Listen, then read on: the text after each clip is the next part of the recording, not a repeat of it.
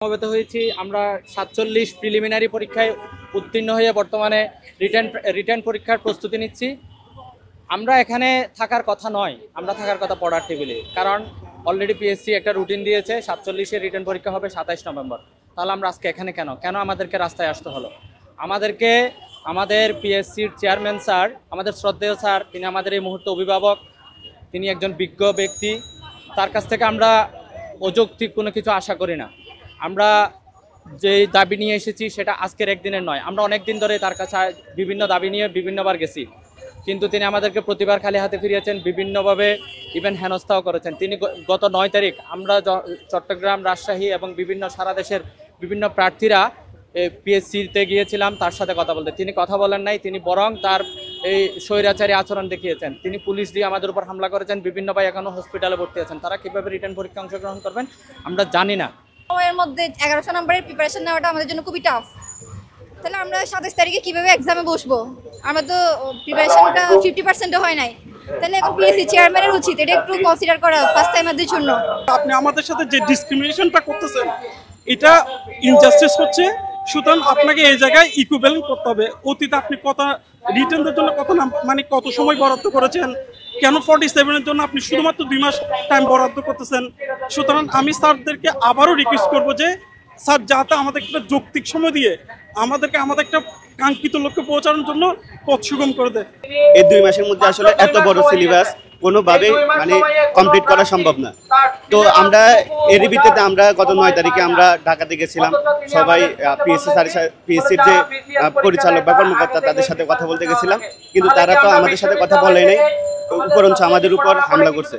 তো আমরা তো একটা ন্যায্য দাবিতে গিয়েছিলাম, যেহেতু আমাদের এত কম সময়ের মধ্যে এত বড় একটা সিলেবাস কমপ্লিট করা সম্ভব না, তারপরেও তিনি আমাদের সাথে একদম স্বৈরাচারী একটা ব্যবহার করলো। তো আমরা আসলে এখানে সবাই ভালো ইউনিভার্সিটি থেকে আসছি, ভালো জায়গা থেকে আমরা বিলং করি। আমরা সবাই এখানে যারা 47-এর প্রিলি পাস করছে তারা অনেক কঠিন একটা পরীক্ষা পাস করছে। বিসিএসসির ইতিহাসে সবচেয়ে কঠিন পরীক্ষা বললেই হয়, খুবই কনফিউজিং কোশ্চেন। তারপরেও আমরা সবাই এখানে উত্তীর্ণ হয়েছি। তো আমাদের তো ন্যূনতম একটু সময় দরকার। টানা তৃতীয়বার অর্জন করেছে দেশের সেরা সুপার ব্র্যান্ড স্বীকৃতি বসুন্ধরা টিস্যু।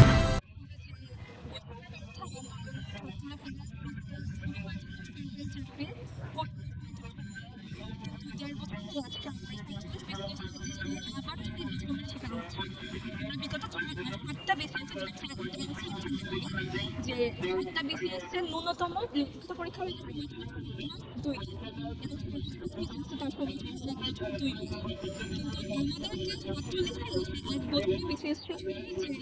পরিকল্পনা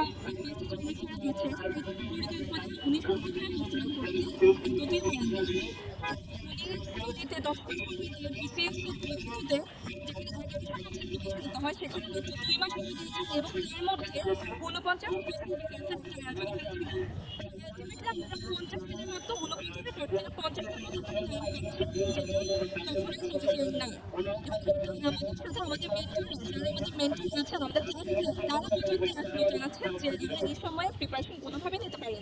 আজকে চট্টগ্রাম থেকে জানিয়ে দিতে চাই, আমরা যারা ঢাকায় আন্দোলনরত আছে আমাদের ভাইরা, আমরা তাদের সাথে সংহতি প্রকাশ করছি এবং সাথে সাথে বলতে চাই আমরা অনেক কষ্টে অনেক বছরের সাধনার পরে আমরা একটা প্রিলি পাস করেছি। আমাদেরকে এইভাবে আপনারা অল্প সময় দিয়ে আমাদেরকে রেস থেকে দূরে সরিয়ে দিবেন না।